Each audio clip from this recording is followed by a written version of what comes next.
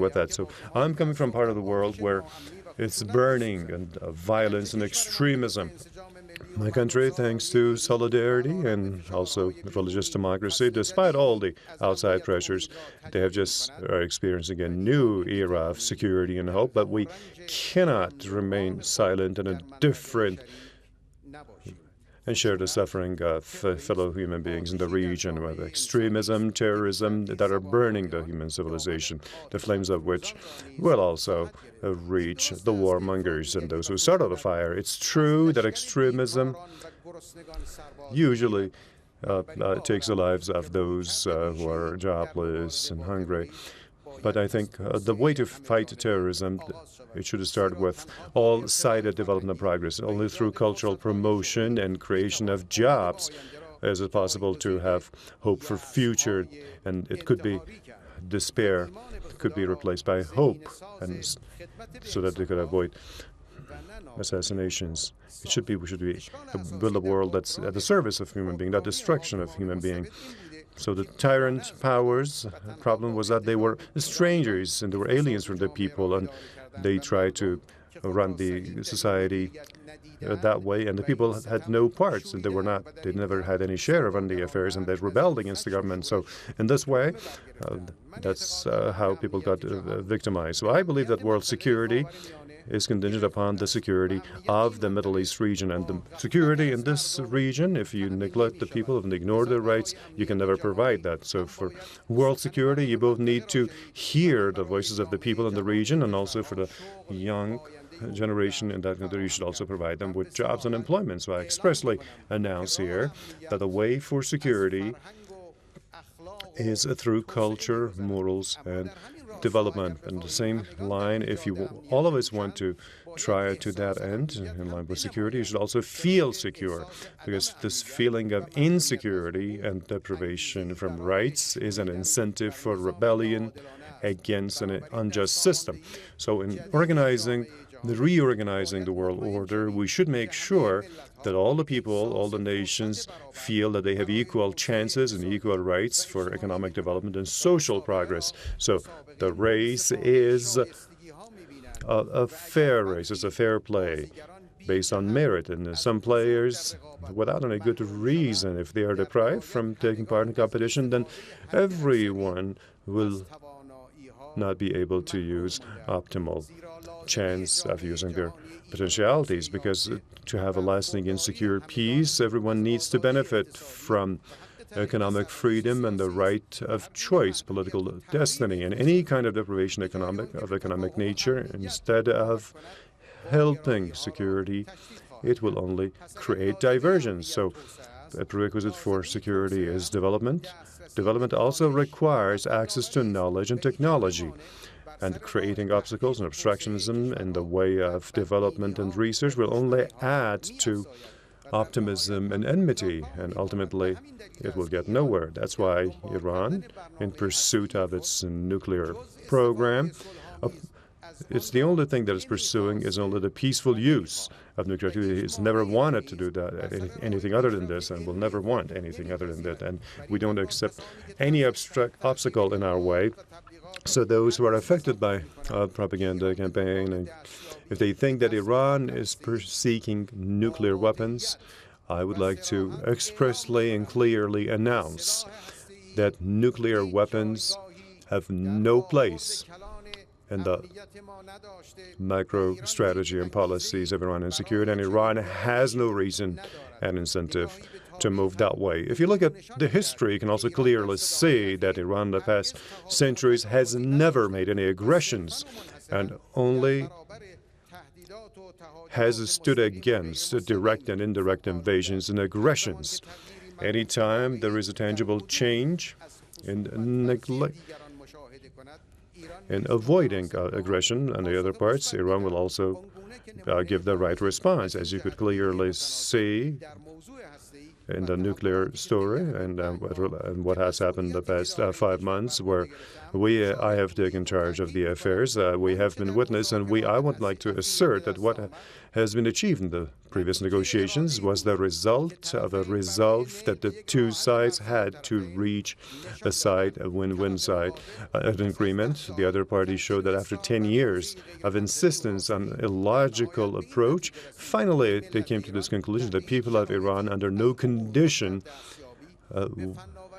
they will never do away with the right to attain peaceful nuclear technology. And continuation of pessimism and clapping of sanctions will only impose direct and indirect losses on both sides. So this is realism, which has opened this small aperture and hope for the two sides. And the two sides were able to come up with this initial agreement that could pave the way for a final agreement. So the two sides managed to depict and come to that initial agreement. So what we have achieved is not only an agreement that refers to a certain period of time and a juncture on a certain issue, but it's a prelude, actually, to agreements and future interactions. There are differences of opinion.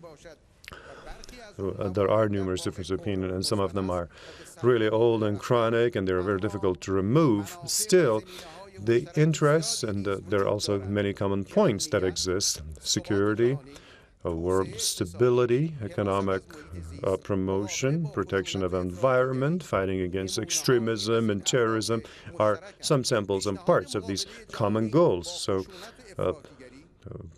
campaign against terrorism, that's the wave that I put forth at the recent UN Security Council meeting that was approved by consensus. This is emphasis on one same moral value, and that's the fact that all human beings, no matter what faith they believe in, what language they speak, in their nature they have dignity, affection, and moderation that they desire, and they want to stay away from extremism and aggression against other sides. They hate aggressions and discrimination against others. So let's all of us join this wave and stand against aggressors of the rights of the oppressed. So globalization should be a materialization of global moral values. So, ladies and gentlemen, Mr. President, at the end, I would like to stress and highlight the fact that I, based on a moderation viewpoint, which is also based on the religious values, would like to pursue lasting and think of lasting relations and interactions on an equal footing with other countries when it comes to economy and political arena. One of the joining and connecting points that brings security is security for energy, and this is what the world is very sensitively looking at. And in the past, the same sensitivity has paved the way for violence and wars and coup d'etats to be hashed. And the same area can pave the way for a lasting cooperation interaction. So the Islamic Republic of Iran is prepared, based on its unprecedented and great resources, to embark on a strong relation based on mutual interest to provide and secure energy at a world level, and reliable agencies and bodies for long-term cooperation can start. So my viewpoints in this connection, I just raised them in a meeting with experts at the energy sector, just highlighting them. And here I would just like to highlight the point that in the eyes of the Islamic Republic of Iran, security for production and distribution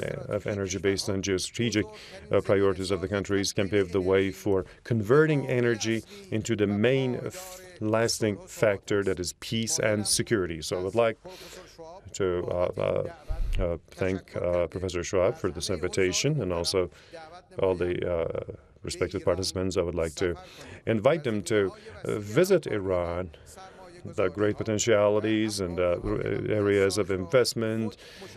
You could see all of these possibilities at close quarters with the Iranian private sector. You can make contacts directly.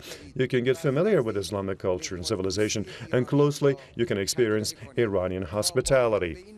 So that together we reach this fact that it's only through interaction, cooperation, and sympathy and mutual understanding and economic growth and development that we will be able to provide a better life for our people and make peace more stable, to have a stable peace, and to have a world devoid of any extremism and violence. Thank you very much for your patience.